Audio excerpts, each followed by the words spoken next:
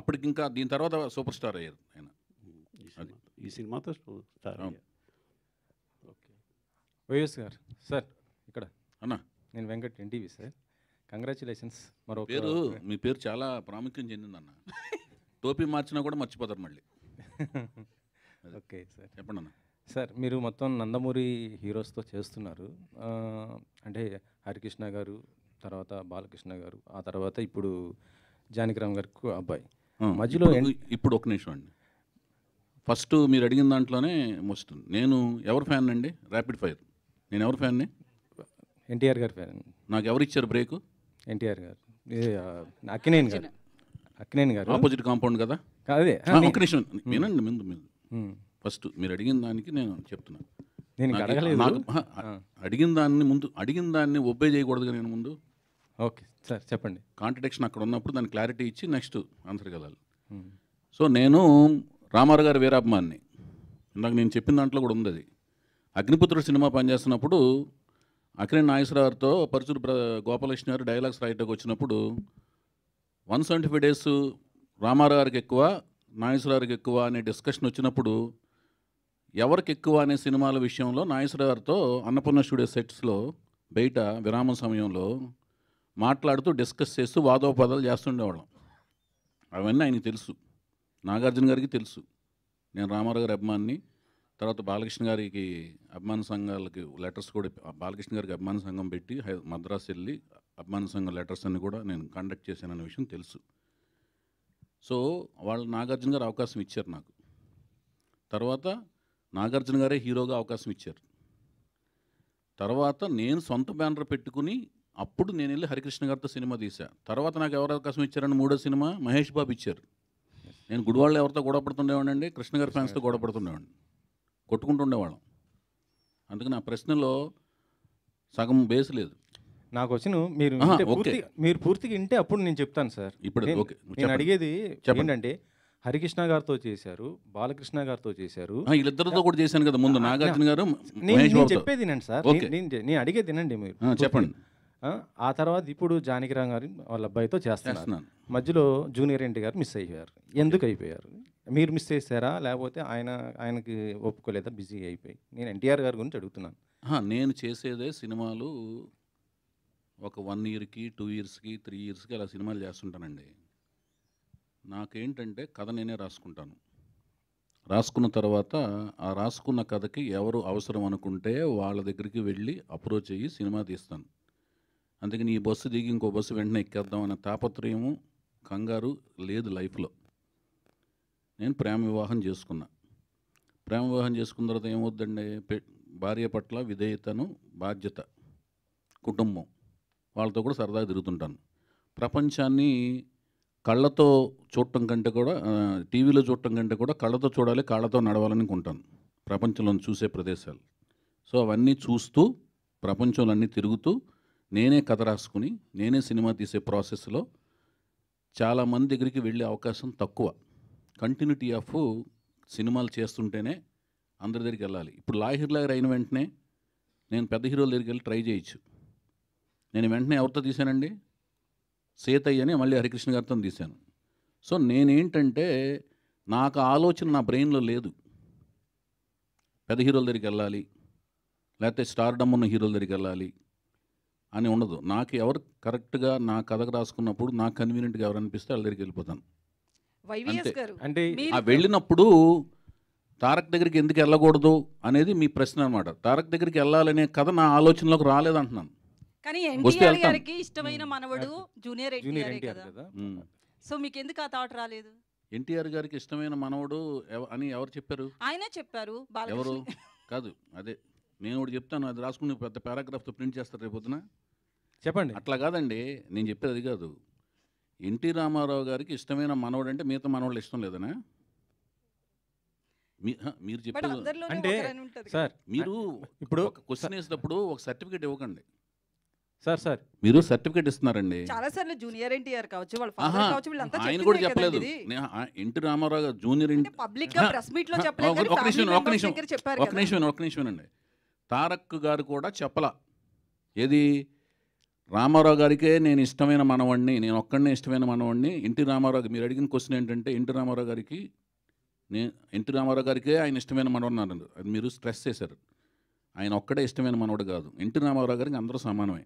అలాగే ఎన్టీ రామారావు గారిని అభిమానించే వాళ్ళందరికీ అభిమానులు, వంశ వీరాభిమానులందరికీ రామారావు గారి కుటుంబంలోని అందరూ సమానమే. కానీ రామారావు గారు తన పేరుని ఈ మనవడికే పెట్టారు. అది ఒకటి ఆయన పెట్టలేదు, హరికృష్ణ గారు పెట్టారు. హరికృష్ణ గారు పెట్టిన ఇప్పుడు మీరు చెప్పేదనండి, మీరు ఇప్పుడు వినాయకరావు గారు రామారావు గారు పెట్టలేదు. హరికృష్ణ గారు జానకిరామ్, కళ్యాణ్ రామ్, తారక రామ్ అని ఆయన పెట్టారు పేర్లు. కానీ ఎన్టీఆర్ గారు యాక్సెప్ట్ చేశారు కదా సార్. యాక్సెప్ట్ చేశారు. ఇప్పుడు ఇంకొకటి అడుగుతున్నాను, మీకు న్యూ టాలెంట్ రోర్ సెట్ అనే ఒక సంస్థ స్థాపించి ఒక ప్రొడక్షన్ చేయబోతున్నా.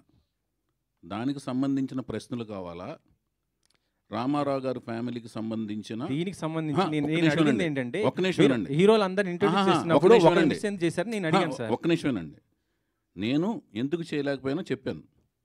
రామారావు గారి ఫ్యామిలీకి సంబంధించిన వాళ్ళ ఇంట్లోని సంబంధించిన కుటుంబానికి సంబంధించిన విషయాలు, దాంట్లో ఉన్న ఇండివిజువల్ డీటెయిల్స్ అవన్నీ మీకు కావాలంటేనేమో అది వేరే రకమైన డిస్కషన్ పెట్టుకుని దానికి సంబంధించిన వ్యక్తులు సమాధానాలు చెప్తారండి. నేను ఇండివిజువల్ అడగలేదు, మీరు ఎందుకు మిస్ చేశారు నేను అడిగాను. ఎందుకంటే నాకు అదే సమస్య. మొత్తం నందమూరి హీరోస్ ఎక్కువ చేసింది మీరే. ఇప్పుడు చెప్తున్నాను, అప్పుడు ఇంతవరకు రాలేదు, అది ఇంతవరకు అలాంటిది ఆలోచన రాలేదు. వచ్చినప్పుడు ఆయన దగ్గరికి వెళ్తాను, తీస్తాను, అది ఓకేనా. ఇప్పటి వరకైతే రాలేదు.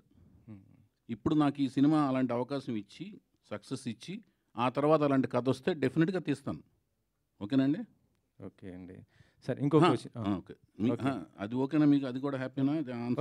సంతృప్తి ఉంది అందులో? మీరు అందరితో చేయాలని మేము కోరుకుంటాం సార్. అదే చౌదరి గారు. ఇంకో క్వశ్చన్ సార్. మీరు అంటే ఇందాక ఈరోజు మహేష్ గారి బర్త్డే, ఆ బర్త్డే సందర్భంగా అంటే ఆయనతో గతంలో యువరాజ్ సినిమా చేశారు. అప్పుడుగా ఆయన సూపర్ స్టార్ కాదు, కానీ ఇప్పుడు రాజమౌళి గారితో కూడా చేస్తూ ఒక మళ్ళీ ప్యాన్ వరల్డ్ మూవీ చేయబోతున్నంటే అంత గొప్ప స్థాయికి ఎదిగాడు కదా. ఎలా అనిపిస్తుంది? అంటే మీరు అంత ఎక్స్పెక్ట్ చేశారు నేను ఫ్యూచర్లో అంత గొప్పగా అవుతాడు అనేసి మీకు అనిపించిందా? మహేష్ బాబు చాలా మంచి పొజిషన్లోకి వెళ్తాడని నేను ఎక్స్పెక్ట్ చేయడం కాదండి, ప్రపంచం అంతా కూడా కన్ఫర్మ్ చేసింది. ఆయన బాలనటుడుగా ఉన్నప్పుడు ప్రపంచం కన్ఫర్మ్ చేసిన వాళ్ళు బాలకృష్ణ గారండి. ఫస్ట్ నందమూరి బాలకృష్ణ గారిని ప్రపంచం కన్ఫర్మ్ చేసింది.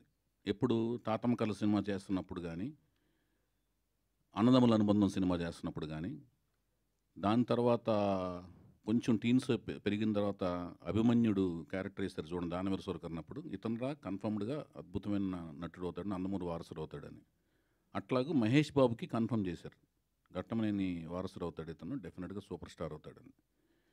సో నాకు నా సినిమా యువరాజు సినిమా దొరకటం అనేది నేను చాలా అదృష్టం కింద ఫీల్ అయ్యాను. అతను ఒప్పుకోవటం అనేది, అన్ని సినిమాలు వెయిటింగ్లో ఉంటాయి, అన్ని పక్కన పెట్టి నా పర్సనల్ చాయిస్కి ఒక రిస్క్తో కూడిన ఎలిమెంట్ని ఒప్పుకుని ఆయన సినిమా చేయడం అనేది చాలా గొప్పగా ఫీల్ అయ్యాను. అంతేకాకుండా చాలా అందమైన మనిషి.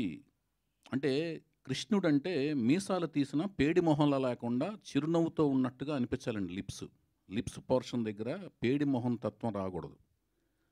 అలా ఉన్న లక్షణాలు ఈయనకున్న మెండుగా ఉన్నాయి. అందుకని నేను పట్టి మరీగా యువరాజ్ సినిమాలో కృష్ణుడి గడపలో ఆయన ఏంచి రిక్వెస్ట్ చేసి ఆయన ఎంతో ఒప్పించి కృష్ణుడి గడపలో చూసుకున్నాను ఆయన్ని. ఇప్పుడు చాలా సోషల్ నెట్వర్క్స్లో బాగా హల్చల్ అవుతుంది, మహేష్ బాబుని కృష్ణుడి కింద వేస్తే చూడాలని అనుకుంటున్నాం అని. నాకు అప్పుడే అనిపించింది, మీకు అర్థమైంది కదా నేను చెప్పిన లాజిక్ బిహైండ్ దట్. ఆ పెదాలు ఎలా ఉండాలంటే నవ్వినా కూడా మీసాలు లేకపోయినా కూడా మృదుత్వం ఉండాలి. కృష్ణుడికి చిరునవ్వులో మృదుత్వం ఉంటేనే ఆ కృష్ణుడికి అదేంటి కోమలత్వం ఉంటుంది, ఆ కోమలత్వం ఆయనలో ఉంటుంది. అందుకనే నేను ఆ లిరిక్స్ కూడా యువరాజ్ సినిమాలో చందమామలాగా చల్లనివాడే, చిన్ని కృష్ణయ్యలాగా అల్లరివాడే అనే లిరిక్స్ రాయించుకున్నా వేటూరు గారితో. అది వైవిఎస్ గారు చెప్పండి సార్. క్వశ్చన్ ఏంటంటే కీరవాణి గారితో అంటే ఇప్పుడు మ్యూజిక్ సిట్టింగ్ వేయించారా సార్? అంటే ఎలా వస్తుంది ఏంటి అది మ్యూజిక్ కంపోజింగ్ స్టార్ట్ అయిన వెంటనే స్టార్ట్ అయినాయి అని చెప్పి ఒక అద్భుతమైన వీడియో షాట్ సోషల్ నెట్వర్క్స్లో పెడతామండి. ఆయనతో డిస్కషన్స్ అయితే ఒక ప్రిలిమినరీ సిట్టింగ్స్ లాంటివి మామూలుగా మాట్లాడుకునే డిస్కషన్ సిట్టింగ్స్ లాంటివి జరిగినాయి. మిగతా range of sittings, next level of sittings జరిగిన వెంటనే అన్నీ నేను పెడతాను, వీడియో షార్ట్స్ అవి పెడతాను. ఎందుకంటే మీ సినిమాకి మ్యూజిక్ చాలా హైలైట్ ఉంటుంది, చాలా ఇంప్రెస్గా ఉంటుంది. మీ ఫస్ట్ సినిమా నుంచి ఏదైనా సరే. డెఫినెట్గా అయితే ఆయన మనసు పెట్టి మనసావజ కర్మన పని చేస్తారండి. నేను అంతే మనసావజ కర్మన ఆయనతో పని చేయించుకుంటాకి విపరీతంగా శ్రమిస్తాను, కష్టపడతాం. ఓకే సార్, నెక్స్ట్ లెవెల్లో ఉంటుంది, ఆ లెవెల్లో ఉంటుంది, అవన్నీ అసలు నేను ఎప్పుడు మాట్లాడను. సార్ సాయిమాధవ్ గారు, ఈ సినిమాలో అంటే డైలాగ్స్ ఎలా ఉండబోతున్నాయి? ఎందుకంటే RRR లాంటి ఒక మూవీకి మొత్తం మీరు చేసిన ఏ డైలాగ్ అయినా పవర్ఫుల్ డైలాగ్లు ఉండబోతుంది. ఇప్పుడు ఒక మంచి డైరెక్టర్తో చేస్తున్నారు కదా, డైలాగ్స్ ఏ విధంగా ఉండబోతున్నాయి ఏంటి అసలు? ఖచ్చితంగా బాగుంటాయండి. ఎందుకంటే కథలో అవకాశం ఉంది, మంచి డైలాగ్స్ రాసే అవకాశం ఆ కథలో ఉంది. కథ వినగానే నాకు అనిపించిన ఫస్ట్ ఫీలింగ్ ఏంటంటే కథ బాగుంది, ఈ సినిమాకి నేను బాగా రాయొచ్చు, నేను కూడా కనిపించవచ్చు అనేటువంటి ఆలోచన ఆ కథ నాకు ఇచ్చింది. ఖచ్చితంగా డైలాగ్స్ బాగుంటాయి. త్వరలో రిలీజ్ కాబోతున్న గేమ్ చేంజర్ కూడా మీరు మంచి రాశారు కదా, అవును, ఆ డైలాగ్స్ ఎలా ఉండబోతున్నాయి?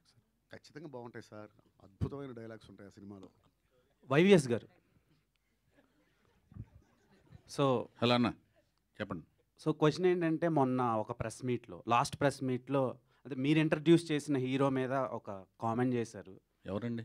రామ్ గారి మీద. దేవదాస్ మూవీకి కామెంట్ నేను చేయలేదు, తమ్మునైల్ కామెంట్ చేసింది, ఏం కాదు. సో తమ్మునైల్స్ అనేవి మా జనబాహుల్యంలోకి వచ్చేసినాయి. అవి కూడా ప్రాణాలు ఉంటున్నాయి.